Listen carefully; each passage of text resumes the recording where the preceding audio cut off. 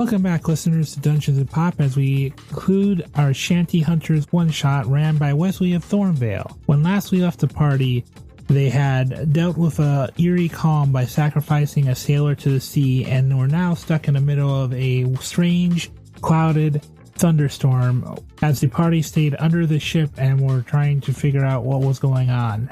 As mentioned before, we don't have any promos for this week, but we hope you enjoy our show, and make sure to check out other shows on the Fun Installers Network. And now, on to the show.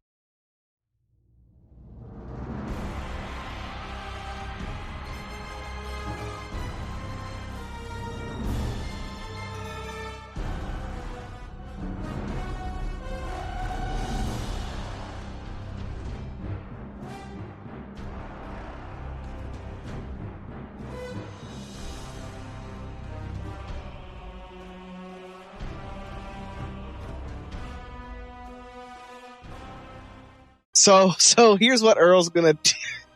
Here's what Earl's gonna do. And you can judge me off for this later. Earl is going to, the way that Earl contacts the Secret Master is he prays. But in a very specific way. Oh. The way he prays is he gets onto the floor, sits cross-legged, and just lays on his back.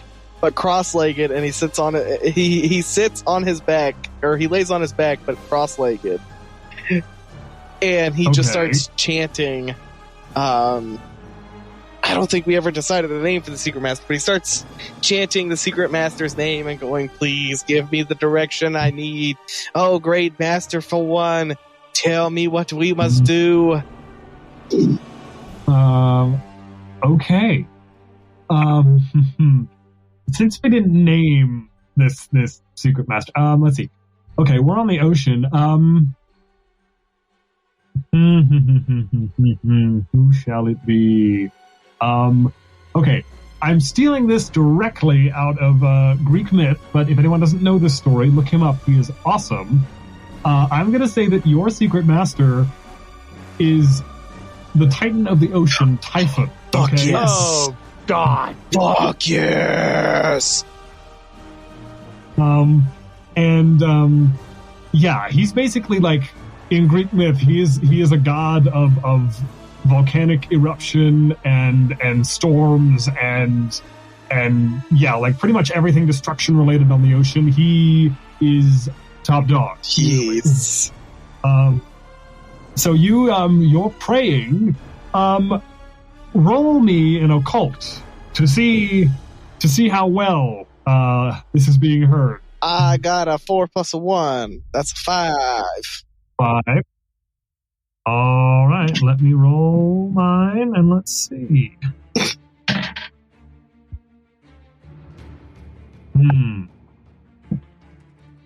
Okay, based on this,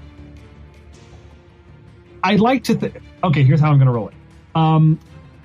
You are calling out and praying, and you hear something, but I think it's because of the fact that you're in this dark cloud of weirdness, right?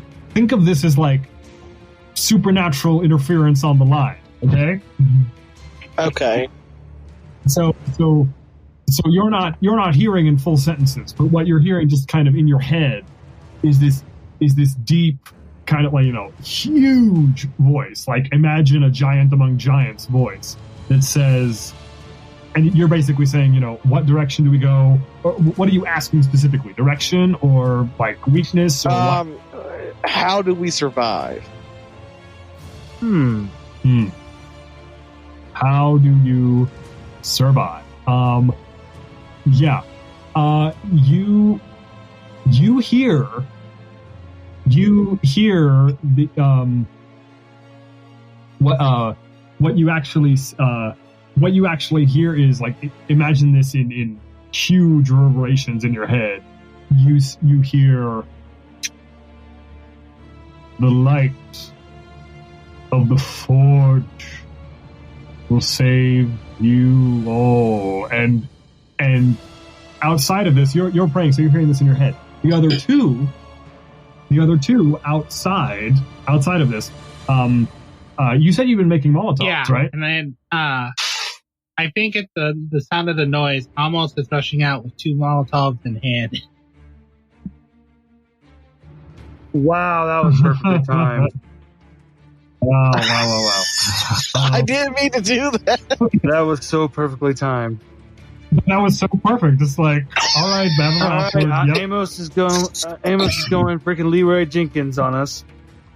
Leroy Jenkins. And you, I think you, Earl, you know enough. You are familiar enough with this to know that when he says the light of the forge,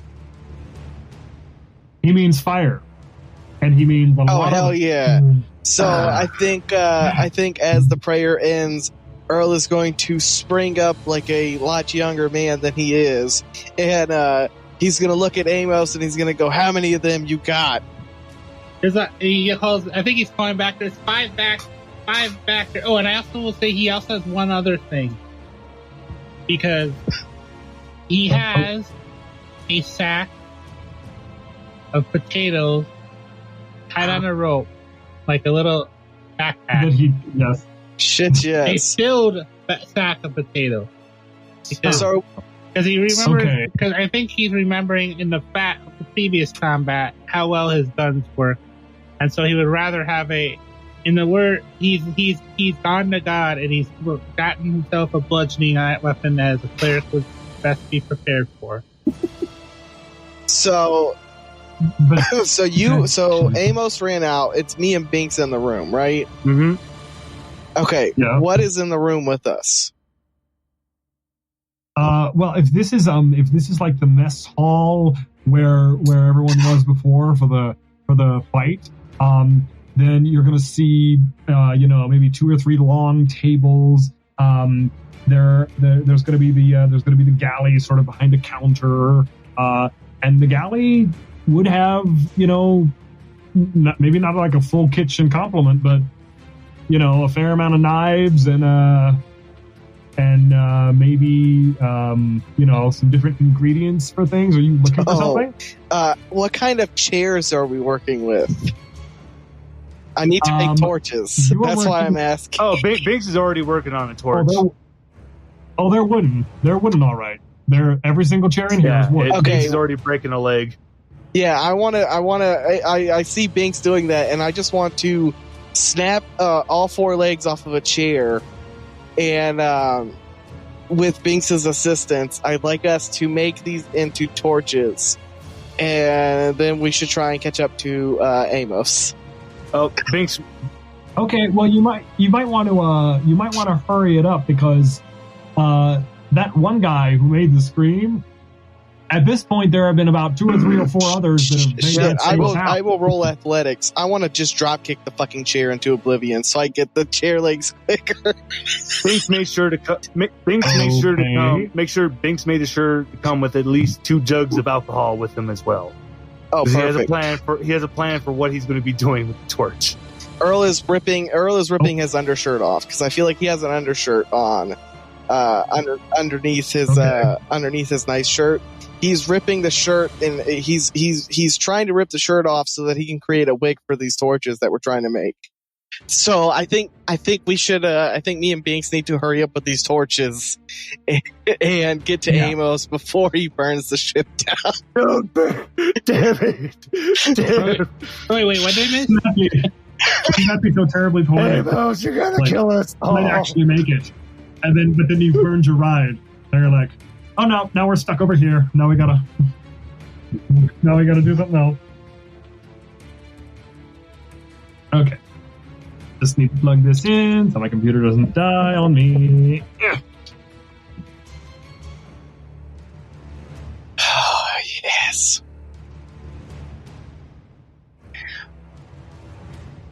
During this slight timeout, I'm curious. How's the atmospherics going for this game? Is everyone cool with that? Yeah. Everyone here? Okay. I know I asked far too many questions of that nature, but I am trying to get better at this whole thing, so. Oh. All right. So yeah, you're you're gonna roll this for athletics to see how many torches. This is gonna be effectively how many torches can you make in a very short time. All right. We can do that. What are we working with here? Give me something good. That is a 3 + 1 for a 4. A 4. What was the roll? Oh, we're making me and Earl are making torches. Yeah, you beat my roll, so I'm gonna say that you make. I'm gonna say that each between the two of you, you managed to pull out 6 impromptu torches. Fuck yeah! I'll say 6. Which means that if you want to dual wield torches and have a spare set, you can, or a spare torch for each one of you after wielding 2 torches. That's enough for all of us to have 2. Okay, so the way this works is. But remember, Amos already ran out. Yeah, we're chasing. I want to chase him. with a burning torch. Bink has 2 of the torches tied to his head, and 1 torch in his hand, and a jug tied to his waist, and 1 jug in his arm. And he's just, let's do this. Okay, all right. And then you were running after Amos to try to stop him before he. Yes, I think both. I don't know if this makes sense for Brian, but I think we're like I know for sure that Earl is like, Amos, stop, Amos, stop. As he's like trying to chase him down, he's like, we have to do this the right way. Stop before you burn the fucking ship down. Controlled birds, Amos. Okay, and what do you do? Do you turn back or do you just keep on going? Oh, it's so on Amos.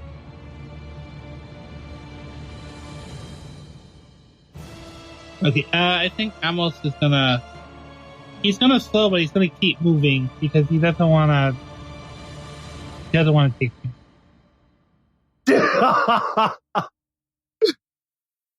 Okay. He's not. He has the Molotov, but he's not gonna be like just whipping them all over like a madman. He's a spy.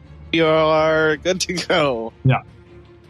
Yes. So I'm guessing that the 2 of you are like, or all 3 of you at this point are running toward the top deck, and then you are like restlessly attempting to explain this to Amos as he's still going, right? Yes. Don't burn. Trying to shove a torch at him. Oh, it's like use the torch. But when you get up there, you can tell once again that these things are, that there's nothing you can see. It's all dark, and but I think with these torches, you can tell that when you get up there with these lights that are open flame in this blackness, it something changes. Something changes immediately. It's like the entire collective conscious of this, whatever it is, has just focused on the 3 of you, because you are carrying something that it really doesn't like. Uh-oh. And then very quickly, I'm just gonna go through this rather quickly here, because the point of this is not the combat; it's to see if you guys can survive it. So what happens is that you are able to cast light into this black, and you can tell that the mist is kind of shrinking back from it. It really, really hates this. And what happens is, from out of the mist, or you're still in it, but from it seems to coalesce at certain points, and then on the deck, up from the deck, entirely composed of this black swirling whatever, there are these humanoid shapes, but they're all made of this stuff, and they're faceless. They don't speak. They don't say anything. They just form up out of this black, and they start coming right for you. Earl is gonna scream, "I knew it! It's fucking ghosts!" Earl fills his mouth full of the booze and spits it into the torch at the stuff at the thing. All right. I'm just gonna make this one a faster size combat. So I want all of you to roll for athletics.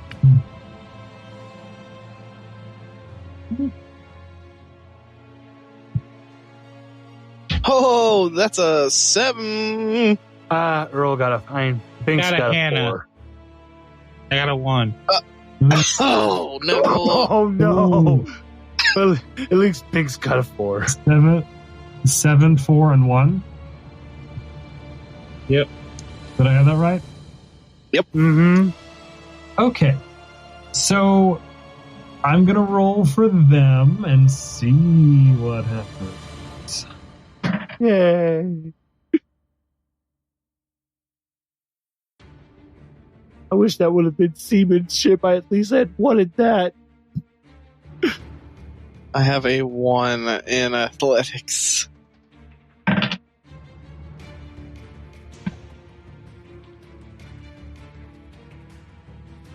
Wait, you had 7, 4, and 1, right?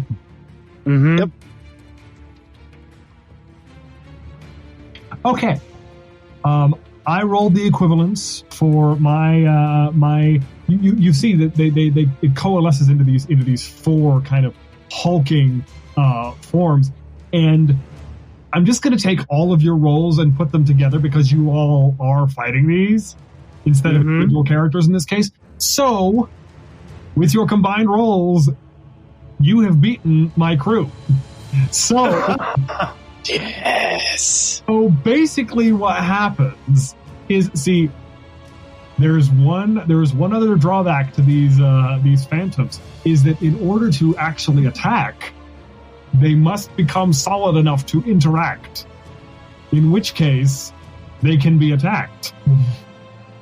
Mm. And yeah, I would just like to. The way I'm imagining this scene is that that all of you are in your own ways, sort of dodging and jumping and just like thrusting with these torches, and when the torch makes contact with this black whatever it is, the like these things up until this point have been absolutely silent.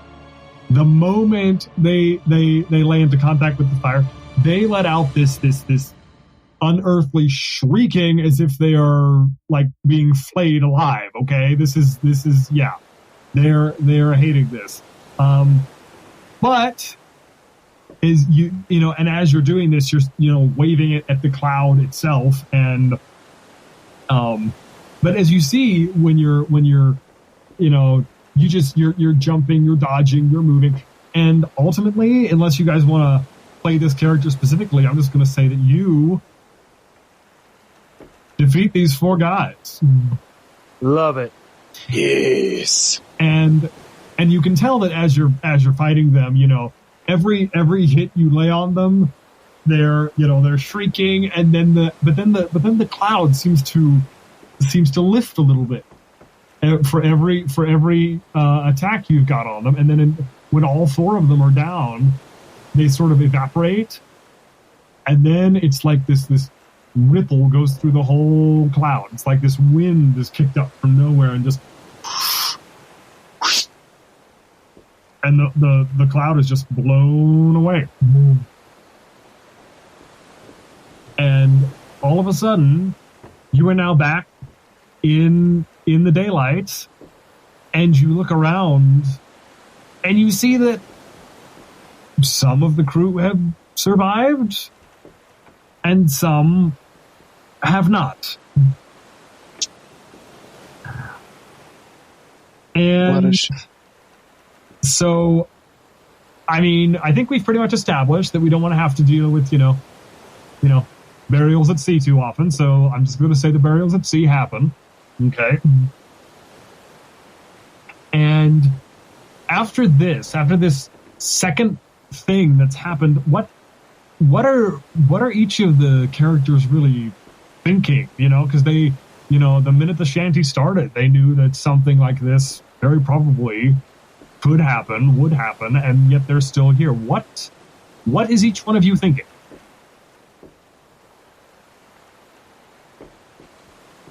I think Amos is keeping his guns closer just because he's seen some weird shit. I feel like this is probably the weirdest he's seen.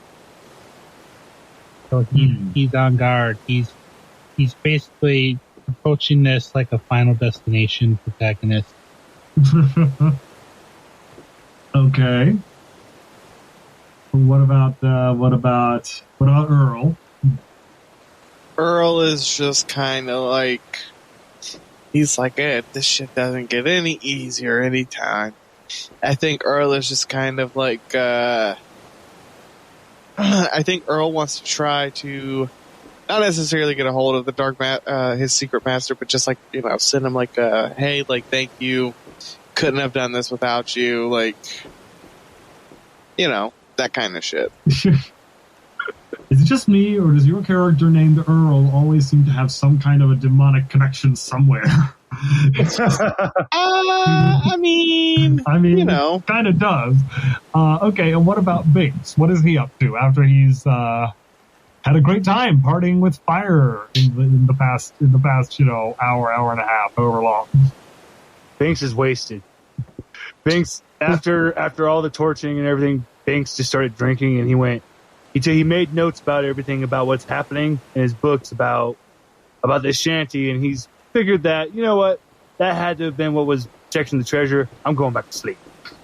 And Binks went back into his hammock. Okay. Yeah, then I'm gonna jump ahead a little bit, and I'm gonna say that over the next, you sail for about another week-ish, and then you arrive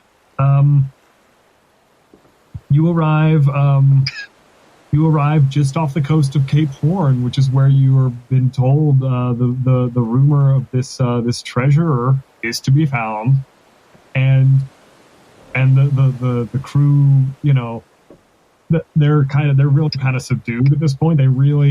They want to find this, and some of them are trying to get excited about it, but a lot of them are just like a lot of them are like, is this even worth it anymore? This is, oh man. But then, so yeah, you sail for about a week, and then you're arriving, it's my world, my version, I can do whatever I want. And you're following your charts. The captain is following the leads here. And, of course, they are going to go and deliver their cargo like they were questioned to do. But, along the way, they're going to make this stop and see if they can find, where, because, among them, all the sailors have stories of Santa Ana, this character who, or this person who apparently had buried treasure here somewhere, and off the coast of Cape Horn. So the ship beaches, and they ready a party to go on shore. I'm assuming all three of you are heading inland then. Oh yeah. Oh yeah. Okay. Then of course it's going to be the captain. The captain is going along with you, and he does leave a skeleton crew behind to guard the ship, but of course he also leaves a fair amount of weapons, because he's not sure what could be going on, and they're following their map and where they think it might be located. And this is off the coast on a beach / sort of jungle. So you're going through, and this jungle, think very like a little bit like Endor, but also like the fire swamp from Princess Bride. Okay. All right. And okay. But don't worry, they don't have like rodents of unusual size or anything like that. Not here. But ultimately, the captain finds a marker that, according to the map, is supposed to be the place. We're not far from it. It's this huge boulder on this hilltop that's not far inland, and he points out down the other side of the hill, and he says, "Well, if this is right, if there is anything here, it will be just ahead by a few more kilometers, and we'll be there, boys." And he heads on, and as you clear the jungle, as you come out into this like clearing, you see what seems to be just more beach. It seems to be just more beach after you come across. It's this sort of kind of a cove area, and but then he points out according to the map where it is supposed to be, and I'm assuming that, or I'm going to say that, of course, he, and probably you guys too, thought to bring shovels if there is treasure here, right? Yeah. Well, yeah. I think he finds the spot that, according to the chart, is supposed to be where apparently Santa Anna buried these stolen treasures. And I think all of you just lay to and start digging. But the moment that the first shovel blade breaks ground there, you hear a very loud thunderclap. Ooh. Thunder from a sky that does not have a cloud in it whatsoever. Oh. And then as you guys turn and look, you jump and you turn and you look around, and then you see, like, in the distance, kind of emerging from the clearing or the jungle behind you into this clearing is a person. Is this man that you don't recognize? You don't know him. But you're struck by the fact that his apparel looks very strange. Looks, like a couple 10, 20, 30 years out of date maybe. And he carries a saber by his side, and he's walking up, and the closer he gets to you guys, you can see that his visually what's happening is you're not really sure what you're seeing, because it seems like he's sort of glitching, like a bad video game, kind of. And you can see that when he's nearer, you can tell he's got this really kind of a red coat on, and he's wearing like a big kind of musketeer's hat with a feather, and but yeah, he's like, his edges are like really blurred, and around his neck he's wearing this really fairly large like medallion with a pattern of a ship on it, and he walks up to you, and upon seeing this, is there any reaction from like the captain is kind of struck dumb. He doesn't really know what to do. Do you guys react at all to seeing this person walking towards you? Earl draws the sword from his cane and goes, "Who be you, good sir, with your fancy medallion and fancy red whatever cloak thing?" Yeah. And Bink throws a rock at him.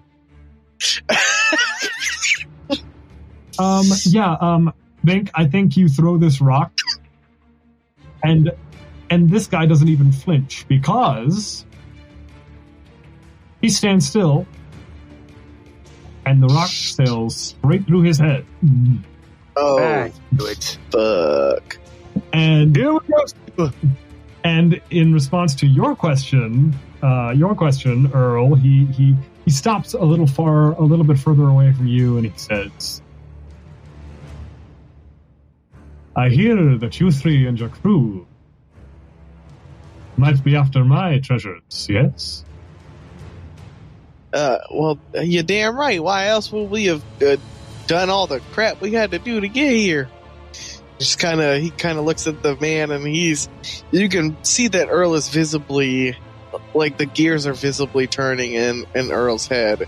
And he looks at Binks, and he looks at Amos, and he goes, kind of like in a hushed whisper, but like, it's kind of hard to do that. But he looks at both of them and he goes, "Is this jackass saying that he thinks he's Santa Ana? We might have some issues." Binks just face palms. He just goes, "That is Santa Ana." Oh. I just realized something. The ground is protected. We're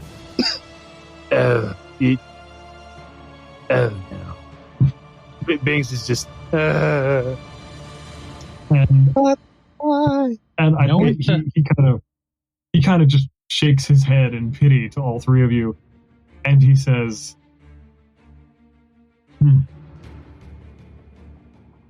"I thought perhaps you might be discouraged by the, well,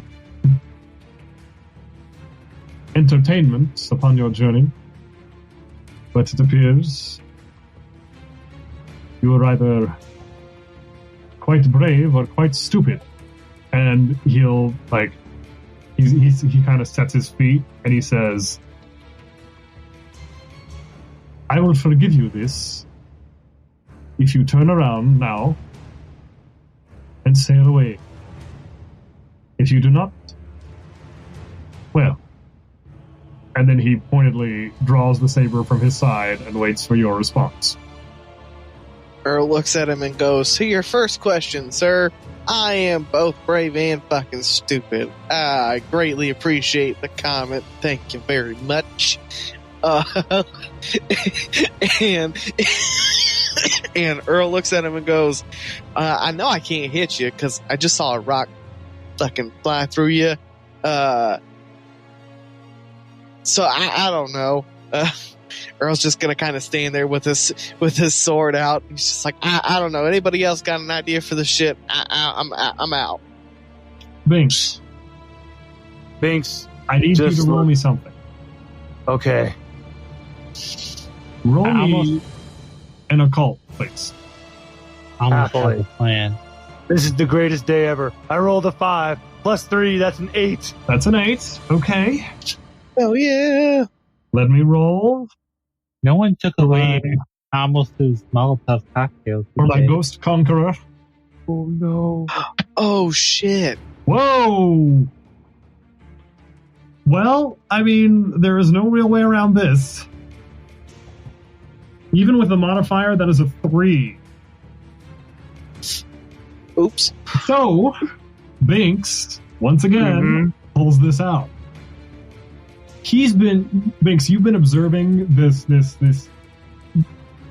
apparition of sorts, and you can tell, you've been watching very closely, and you can tell, like, he still does the whole glitching thing, and of course, you threw the rock and it went straight through his head. But the one thing that you've noticed out of all of this, when everything glitches and shifts and kind of reassembles itself into his shape, there is one thing that does not glitch. The necklace that he's wearing does not change with everything else. I will leave that up to you to infer what you think that means. Oh. So, this is where Binks so with this knowledge in Binks' head,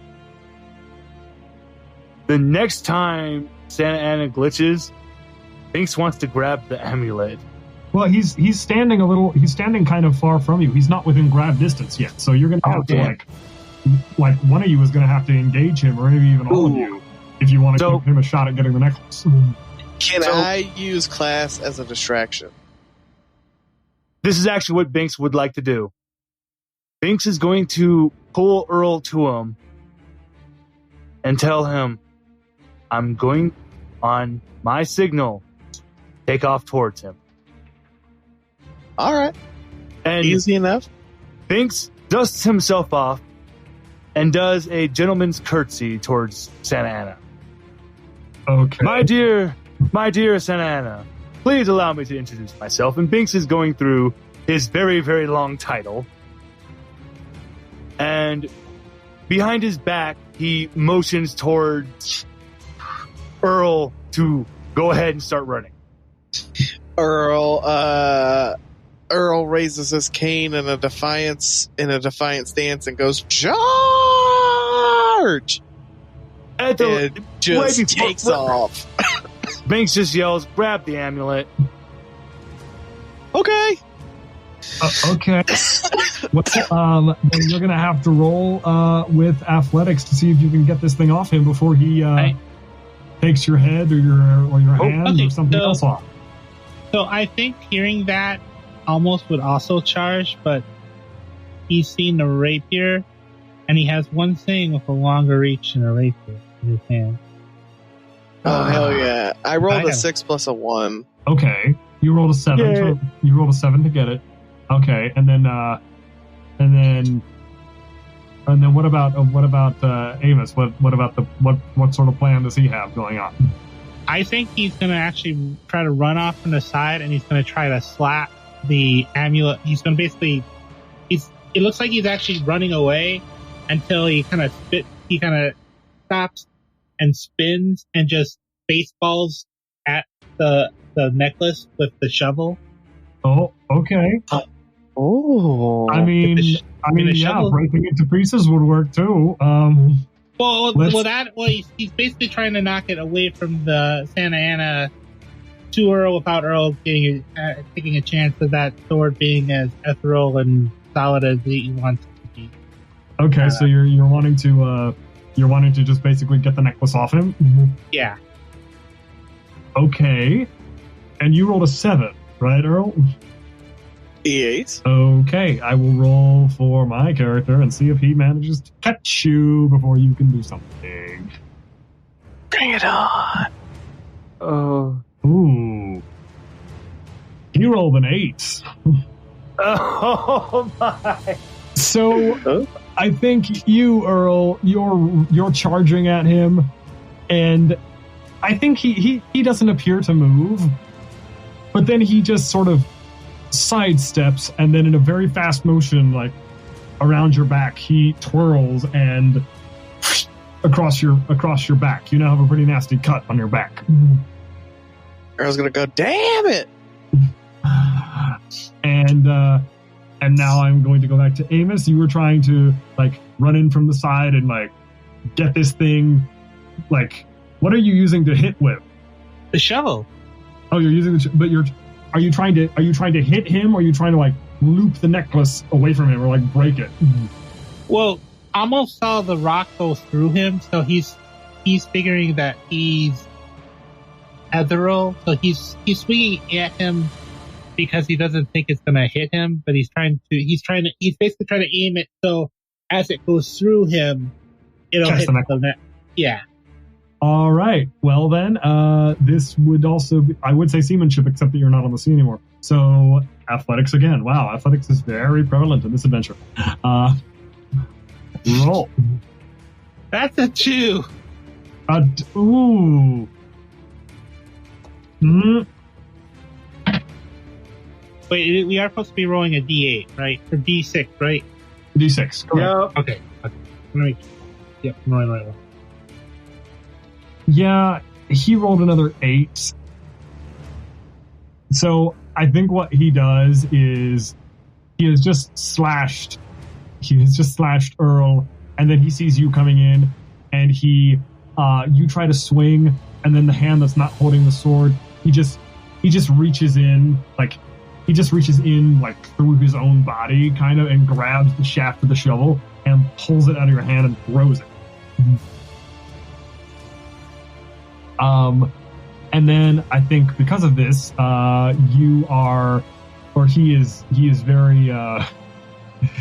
has been very rudely interrupted in his duel. So now he is going to take a swing at you, and I need you to roll athletics to dodge, please.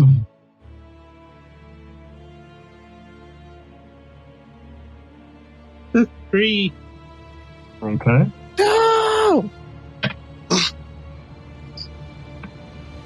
Oh, that's Amos for the bodyguard. Yeah.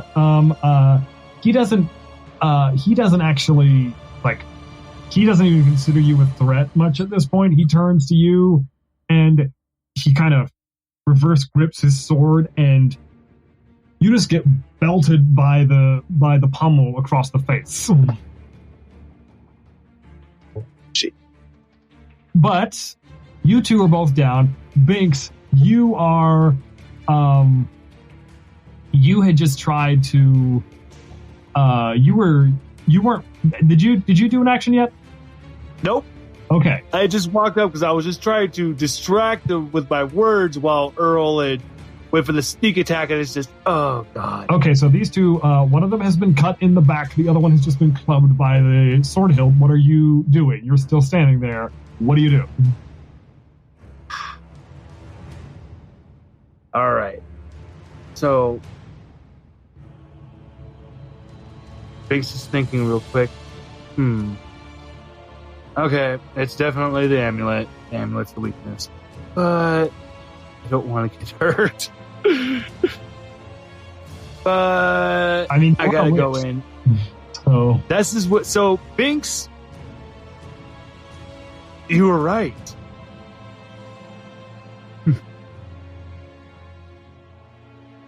I would like. So I'm trying to think of how to word this properly with how Binks would like to actually just try to do this, because Binks ain't going. Nope. Binks would like to do try to do a bluff, a show of power as a bluff, because he has no idea if this would work. Possible. Binks is going to tell Santa Ana, hold it right there, bud. If I wanted to, I could shatter your amulet at any time. And he's going to try to use like a little power to make a rock blow up. Okay.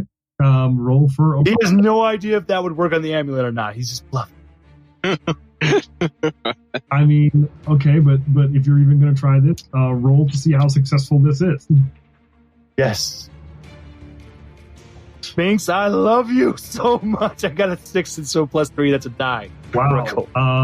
Yeah, I'm going to say that you, it's not even a small rock. It's like a not like a huge boulder, but like medium-sized boulder that just cracks in half and falls to the ground, and then he kind of raises his eyebrows a little bit, slightly, and then I think in response to this, I mean, I don't think he was expecting something like that.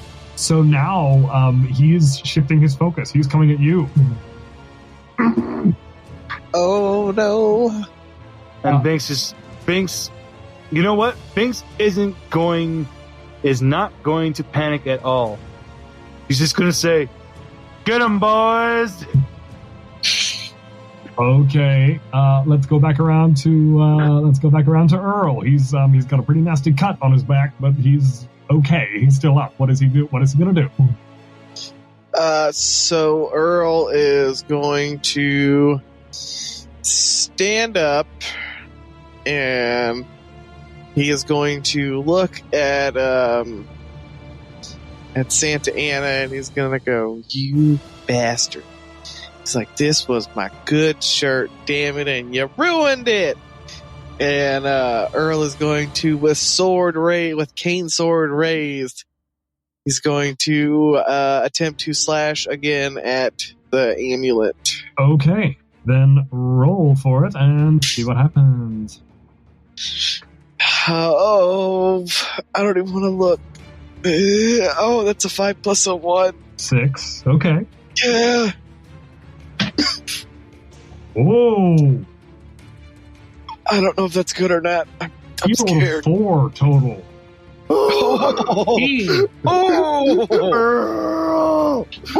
Okay. So you make the slash, and of course you don't hit him. But it's like there's like a beaded necklace that holds the amulet. Your sword catches the edge of it, and just there are like beads fly everywhere. It falls, but it hasn't broken. You caught the chain, not the amulet. So it's fallen, it's on the ground, but it's still intact. He immediately, you see, whatever color was in his face has just vanished. And the moment he loses it, he like immediately reflexively goes to his throat, and he's looking, he sees it. And now I want now like he's just seen this, but I'm going to give Amos a chance to go as well. You have just seen this fall. You've just seen this amulet fall to the sand, and you can see the absolute look of horror in this guy's eyes.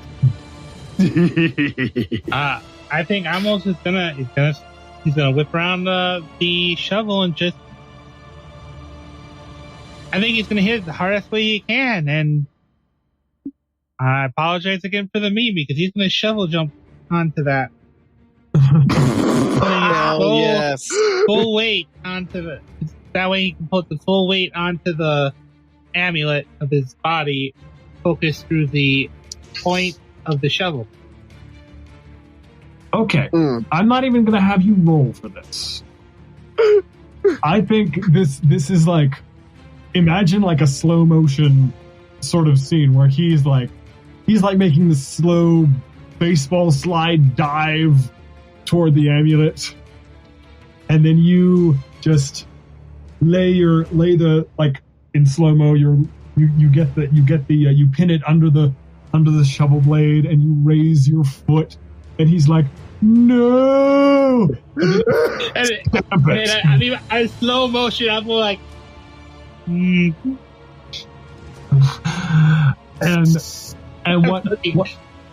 what happens is it cracks. It breaks right down the middle.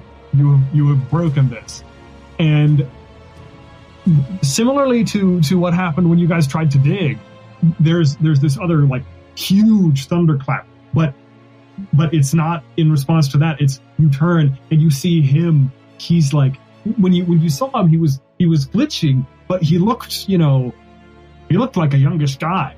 He looked like a fairly middle-aged sort of guy. But as you look at him now, he's glitching like seriously. He can't even hold it together, and they're like pieces of him falling away and evaporating, and then all of a sudden, like at the same time, what you can see of his face is like aging at 1,000,000 miles an hour. Like think of it like Indiana Jones, okay? And then he's reaching out slowly towards these broken pieces, but you can like he's withering as you even look at him, and then all of a sudden when he falls, it's just the only thing left at all are these like scraps of outfit and the saber and these broken pieces of amulet, because congratulations everybody, you have defeated my monsters and you have found your treasure. Also for future Nick, I just realized I should have described the facial expression so you can move this forward. Almost is just have his mouth open, slowly going nodding with the most gleeful look on his face. Heck yeah. And yeah, I think what would happen after is that you and the captain, of course, the captain was there the whole time, and I'm assuming I'm going to say that he was fighting, but he kept getting beaten around, not that he was just standing there doing nothing the whole time. I think he was trying to be a distraction, and then he just kept missing and failing to land a hit or anything. But, and I fired and I missed. But yeah, so you guys dig, and you come across this chest, and you open it, and it is like, it's got everything. It's got gold, it's got gems, it's got fine clothes. This is a big seaman's chest. There's a lot of stuff in here.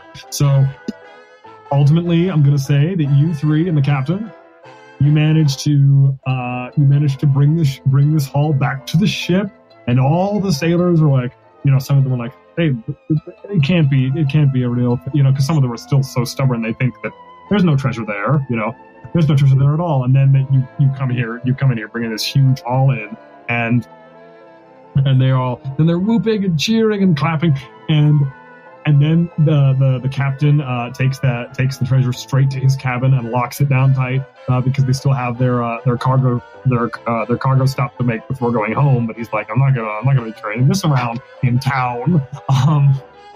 And then I'm gonna but after that's over and you guys turn to sail for home, what is each one of you doing on this? Let's say this is the next let's say 3 days since the final fight. You're all on the ship and you're about to cast off back towards home. What are you three doing? Bink casts his greatest spell yet. He makes a giant band appear, and he plays his song one more time with his ethereal band. Oh, okay. It's like a ghostly band. All right. Yep. On the ship, playing as they sail. All right. And what about the other two? I got an idea for you. I got an idea for you, Nick. Do it. I think to make up for messing around with the fight before, you see Amos and Earl circling each other in the middle of the deck. Give these sailors one good fight out there as we see bodyguard versus bodyguardee shirtless. Yes. Okay. I'm with it. Well, I am honestly not sure if I played that system completely correctly, but I believe I have. And did you guys have fun? Yeah. Oh, yeah. Congratulations. I kept on pulling beans out of it. No, out of there. Congratulations. You have passed my obstacles and you've won. I don't know what to call this one, though. It's a two-parter, but I don't know what to call it yet. I'll leave the title up to you guys if you come up with something good, because I'm not sure.